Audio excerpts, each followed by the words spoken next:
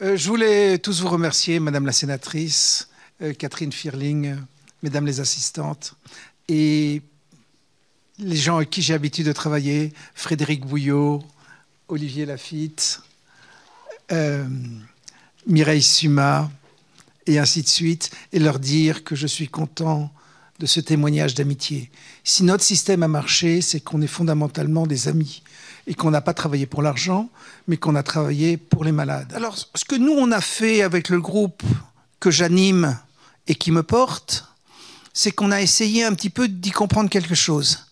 Alors, c'est comme toujours, on peut être soit dans le dogme, soit à l'extérieur, on peut être dans le système, ou on peut être refusnique. Ça, c'est des choses qu'on ne choisit pas. La raison de la division cellulaire, c'est l'excès d'électrons. Je vais faire maintenant un petit arrêt pour réexpliquer un petit peu la biologie. Je ne vais pas rentrer dans les détails. Mais au fond, vous ou moi, Anne-Catherine ou n'importe qui d'autre, nous fonctionnons par une réaction chimique. Nous prenons des électrons, des protons à l'alimentation, nous les lions à l'oxygène et nous faisons de l'eau. Vous ou moi faisons un demi-litre d'eau par jour. Et c'est la réaction chimique la plus puissante qui soit. Et si vous voulez envoyer une fusée sur la Lune, c'est avec des électrons, des protons, vous mettez une allumette et c'est comme ça que ça part. Ça s'appelle la respiration cellulaire. Et vous respirez, vous faites votre demi-litre d'eau par jour et c'est ça qui vous donne l'énergie. Et en biologie, tout est fait pour ralentir le système parce que si vous le faites à tout barzingue, vous explosez.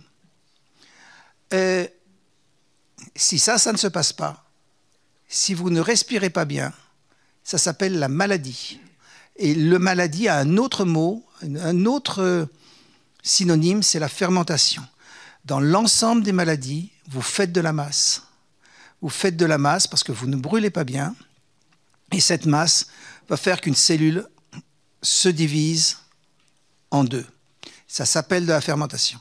Donc la biologie peut être comprise par deux choses, la respiration, l'oxydation, c'est la vie, tout va bien, vous brûlez, vous faites de l'énergie, de l'ATP dont on parlait plus avant, soit vous fermentez, et si vous fermentez, vous faites de la masse, et si vous faites de la masse, les problèmes arrivent.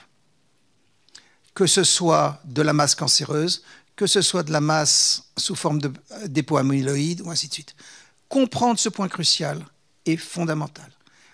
Je voudrais juste revenir, parce que c'est fondamental, après je reparlerai sur la clinique. C'est un exemple simplifié, rentrez par les détails, c'est illisible. Mais ça, c'est le cœur du mécanisme cellulaire. C'est le cycle de Krebs. Alors on peut vous le faire horriblement compliqué avec un enzyme qui fait guili-guili à un autre enzyme, qui vous donne un nom barbare et impossible à faire. En réalité, tout ça, c'est que de l'électronique. Et le cancer, c'est une suite de court-circuits électroniques. Donc on se retrouve de deux choses. Un problème intellectuel, combien d'électrons je dois enlever, et ainsi de suite, et des malades qui sont ici, là et maintenant. Et au fond, comment peut-on enlever cet excès d'électrons qui est responsable de la fermentation, comme disait Sven Joji, et donc de la prolifération. Alors, comment enlever ça? Premièrement, vous mangez moins. D'où l'idée de mettre les malades en régime hypoglycémique, kétogène, vous en avez des variations. Troisième point, relancer la mitochondrie.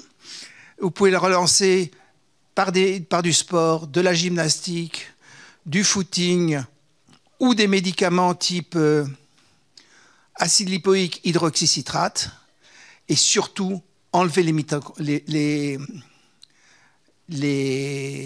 électrons. Et vous pouvez enlever ces électrons de deux façons, que moi je sache. C'est le bleu de méthylène. Le bleu de méthylène, il prend ces électrons, change de couleur, et il les envoie à l'extérieur de la cellule. Et ça explique probablement ce papier de 1906. Et l'autre chose qui est pour moi redoutablement efficace, c'est le dioxyde de chlore. Alors, le bleu de méthylène, je vous rappelle, 1876, efficacité dans à peu près tous les médicaments, dans toutes les maladies, pardon. D'autant plus qu'une grande partie des médicaments que vous connaissez aujourd'hui sont des dérivés du bleu de méthylène. Les sulfamides, les diurétiques, les antidépresseurs, la chlorpromazine, la chloroquine dont on a beaucoup parlé, tous ces médicaments dérivent du bleu de méthylène. Et l'autre médicament qui peut vous enlever ces électrons, c'est le dioxyde de chlore. Alors le dioxyde de chlore, c'est connu parce que c'est un désinfectant qui, lui, ne date pas de 1876, mais de la Révolution française. Donc il est plus âgé. Il est utilisé pour aseptiser l'eau que vous buvez ou les piscines pour les bourgeois qui ont des piscines. Mais pris à bonne quantité, à bonne dose, c'est redoutablement efficace dans le traitement du cancer. Donc, les patients parleront par eux-mêmes. C'est un des patients qui est là. Vous voyez que cancer de la prostate, vous voyez que le PSA monte. C'est une rechute, pardon, excusez-moi, j'arrive pas, bon, enfin, vous voyez que ça monte jusqu'au moment où on met du dioxyde de chlore, du bleu de méthylène, de l'acide lipoïque, de l'hydroxycitrate, du fendant suisse, parce qu'il faut bien vivre, et de la marche. Et vous voyez aussi que ces courbes sont fondamentalement fluctuantes, que ça monte et ça baisse, mais qu'au moment où on a mis ça, le cancer récidivant après une intervention qui vous parlera lui-même, voilà. Donc là, maintenant, se pose la question de l'étape suivante. L'impression que j'ai, qui n'est qu'un terme d'impression, c'est que quand le cancer n'est pas sur un mode inflammatoire majeur, s'il n'a pas été, si le malade n'est pas en train de mourir, ou s'il n'a pas eu des lignes de chimiothérapie les unes derrière les autres, mais ça fait encore beaucoup de... On arrive fréquemment, et je ne peux pas définir le terme de fréquemment, à le stabiliser ou le ralentir. Donc se pose la question d'un essai thérapeutique. Alors, vous savez, quand on n'est pas totalement dans les clous, malgré l'aide de ma femme et les autres, on n'y est pas arrivé. Mais Mireille Suma, qui est une mathématicienne à Dauphine avec qui j'ai bossé, dit qu'un essai devrait comporter 20 à 40 malades pour démontrer ça. Tout ça pour vous dire que ça n'est pas du domaine de l'insurmontable. Donc, probablement le cancer était compris en 1906, probablement le traitement était là. On peut arriver à relire ce qu'ont dit les anciens avec de la physique quantique, avec des électrons et avec du travail. J'ai oublié de vous dire qu'en début d'année, nous avons publié, grâce à la Fondation, un travail qui confirme que le bleu de méthylène ralentit la croissance des tumeurs sur les souris canadiennes.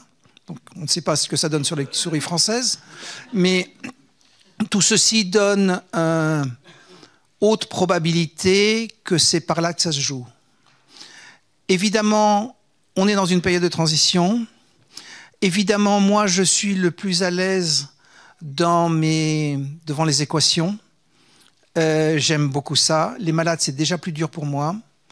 Et au fond, je ne sais pas comment jouer le coup suivant, qui est évidemment d'une validation de tout ce que je suis en train de vous raconter et ou d'une dissémination de tout cela. Je vous remercie.